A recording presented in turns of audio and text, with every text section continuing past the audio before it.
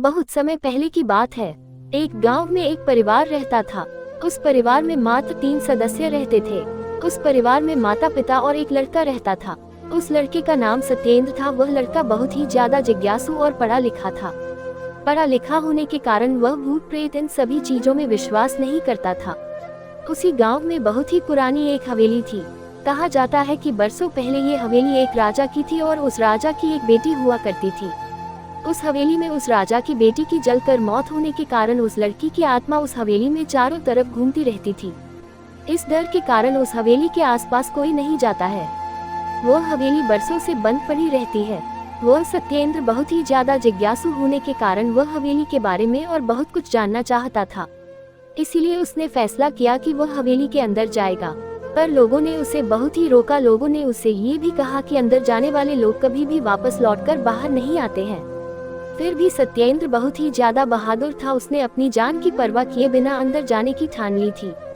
सत्येंद्र ने अपने 3 दोस्तों को अंदर जाने के लिए राजी किया और वह परसों ही सुबह अंदर जाने की योजना बनाने लगा। अंदर जाने के लिए उसे किन किन चीजों की जरूरत पड़ेगी, वह उन सभी चीजों को खरीदने के लिए बाजार चला गया।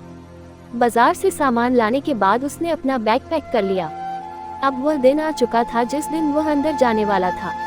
उसके जो 3 दोस्त अंदर जाने के लिए तैयार हो गए थे वह भी उसके घर के सामने आ गए थे।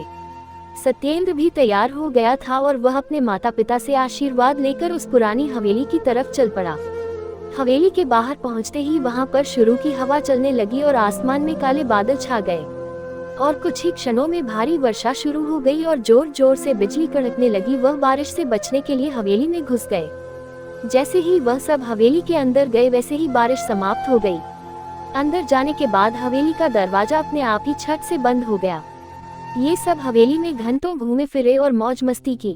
जैसे ही उन्हें भूख लगी वे बैग की तरफ दौड़े और बैग से खाना निकाल कर खाने लगे।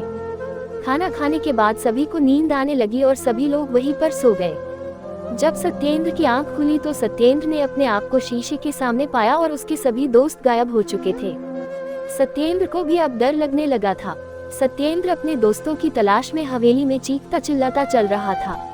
भाग्यवश उसे अपनी एक दोस्त को देखा और जैसे ही वह उसके पास गया वह कुएं के पास मरा पड़ा हुआ मिला। ये देखकर सत्येंद्र की आंखें खुली रह गई। वह फूट फूट कर रोने लगा। सत्येंद्र अपने बाकी दोस्तों को ढूंढने निकल पड़ा। सत्येंद्र को ऊपर की मंजिल से किसी के चीखने की आवाज सुनाई दी। वह ऊपर की मंजिल की तरफ दौड़ा हुआ भागा। जब वहां पहुंचा तो उसने अपने एक और मित्र का शरीर जला पड़ा हुआ मिला। वह मित्र भी उसका जलकर मर चुका था।